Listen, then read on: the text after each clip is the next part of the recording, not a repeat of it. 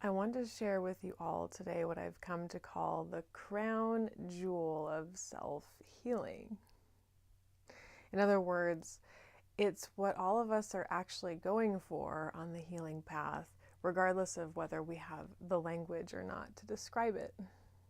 It's that quality that if we have it within us, we can go through anything pretty much and be fine, even though we're in pain, even though circumstances might be excruciatingly difficult. Inside of ourselves, with ourselves, we can get through it. So you might ask, what is this thing that I want so much? What it is an unconditional, compassionate inner witness, which I also call the inner mother. Now, how do we get this inner mother? Some of us, if we were lucky, had a primary caregiver, probably our mothers, who were consistently there for us to meet our needs, to be a witness to our delightfulness as kids, to see and hear us as we grew, as we developed. And as we know from attunement and attachment theory in psychology now, over the last 30 or 40 years, it's become very clear that this is what we need most in our earliest years in order to ensure future adult mental and emotional health and well-being.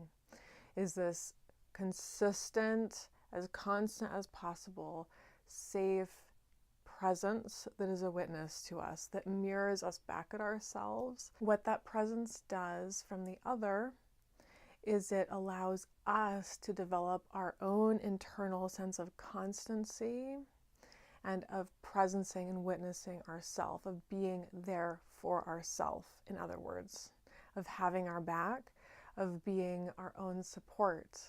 And the thing about humanity is that we are intensely relational creatures from the very beginning. We're dependent for longer than any other creature on the planet because we need each other and we need to be mirrored in order to know something about ourselves. And so I'll tell you, after working with hundreds of people over the past several years, there are a few things that I know pretty much without exception.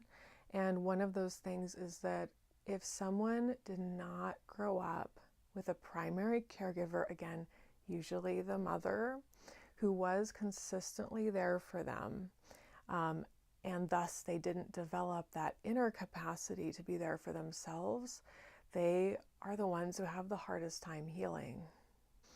They are the ones that have the greatest uphill battle as far as their own resiliency and capacity to move through life and the full spectrum of emotional experience.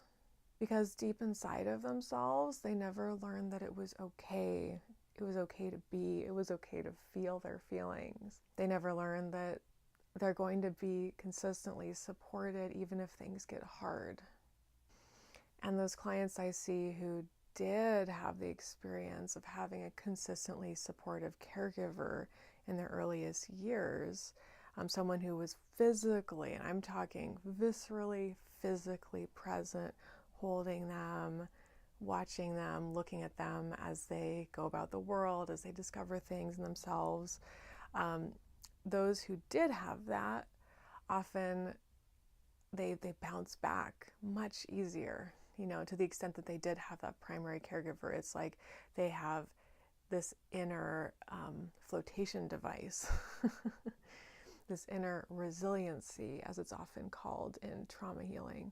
So in the trauma healing world, we throw around the concepts of resilience and capacity building a lot, but very little is actually said oftentimes about what exactly resilience means. And from my experience, resilience means having the inner mother. For example, someone with a strong inner mother will be able to move through life, such as loss, difficult circumstances, difficult relational patterns. And again, it's not that they don't feel pain, it's not that they don't go through hard times, but it's about how they approach themselves when they are. It is an inner loving presence that they have toward themselves that caretakes themselves through those times and nurtures themselves back to health. Also, having a vibrant inner mother allows you to receive the love of others so much more fluidly. And that contributes so hugely to that bounce back effect of the resiliency. So you might be asking yourself, well, I didn't grow up with a consistent, supportive caregiver. How can I, as an adult, even begin to build the inner mother within myself? And I'll tell you, it's totally possible.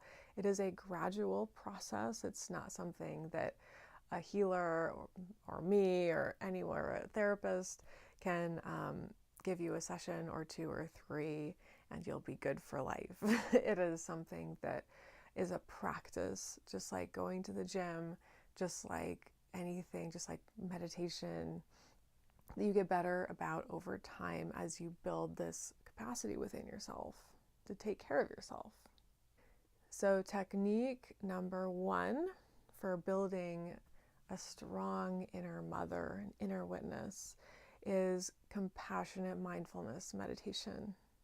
So what I mean by that is that you are in stillness, or maybe you're on the bus, or maybe you're simply just having an opportunity to sit with yourself and closing your eyes if that's appropriate for the situation, or leaving them open, and starting to notice your breath first and foremost. So a really effective meditation technique is to use the breath as an anchor to bring the wandering mind back to the present moment again and again. So what you'll do is, as you inhale, make a mental note of inhale. As you exhale, make a mental note, exhale.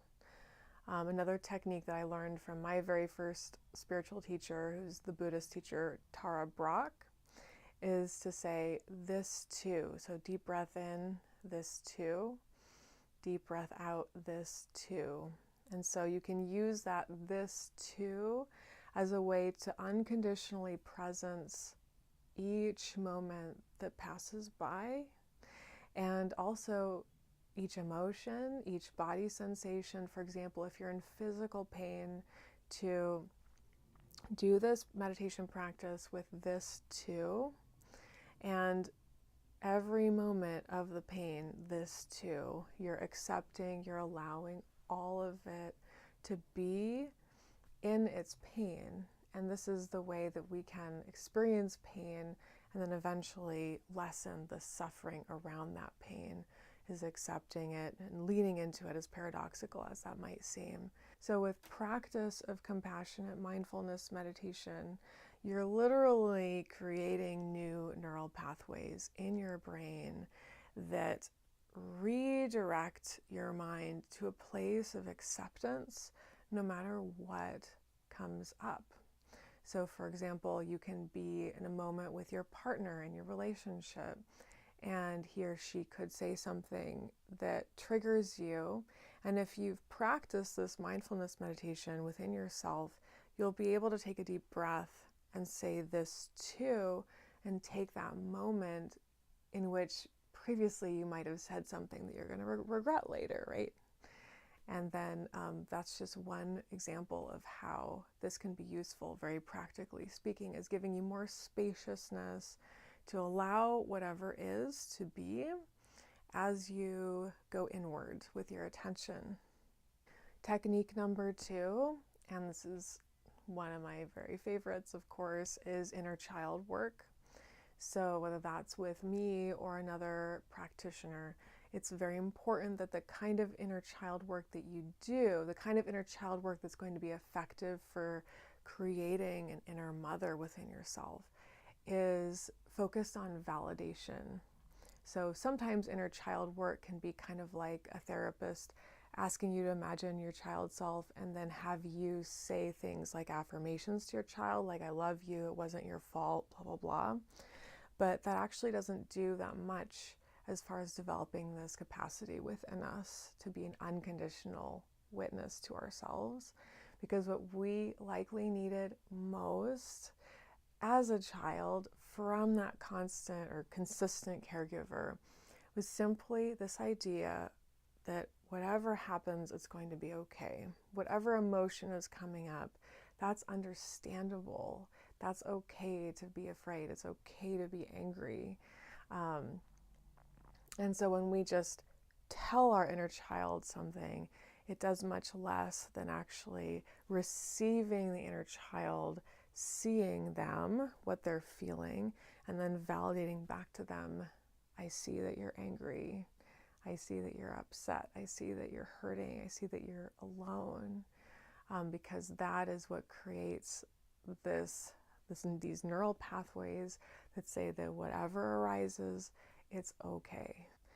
And if you're interested in doing that inner child work, you can, of course, have a session with me, or a much more affordable way to do it is to go to my online store on my website, catherineliggett.com. There's a link that says shop, and you can purchase for very little one of my guided shadow work meditations. I believe the one in question is called Inner Child Healing.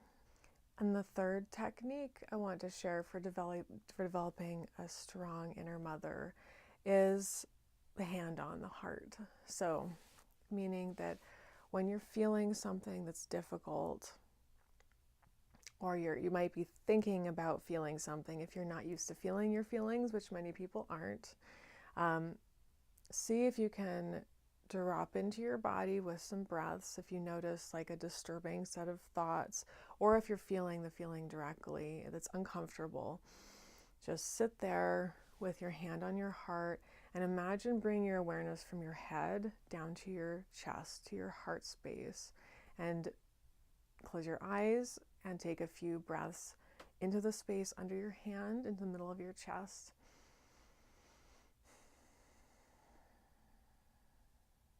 And allow whatever is there to simply be there. And you might say in your mind to yourself something like, it's okay. It's okay. It's okay to feel this. It's okay to feel angry. It's okay to feel afraid. Or you can say this too. But that very visceral, embodied technique of bringing your awareness from the head down to the heart is extremely powerful. Or if you find that you're someone who's in your head a lot, you can, and you're spinning with your thoughts, you can put your hand on your chest and say, what would my heart say about this right now? What does my head say? And then what does my heart say? And allow your heart to be the voice of your soul, the truth of the matter. So I hope that this video has given you a few ideas for how you can strengthen that inner mother within yourself, and then very gradually, in a beautiful, unfolding kind of way, truly develop the inner scaffolding, the resilience to be there for yourself, no matter what, which is the crown jewel of healing. It's what we all really, truly desire from this process.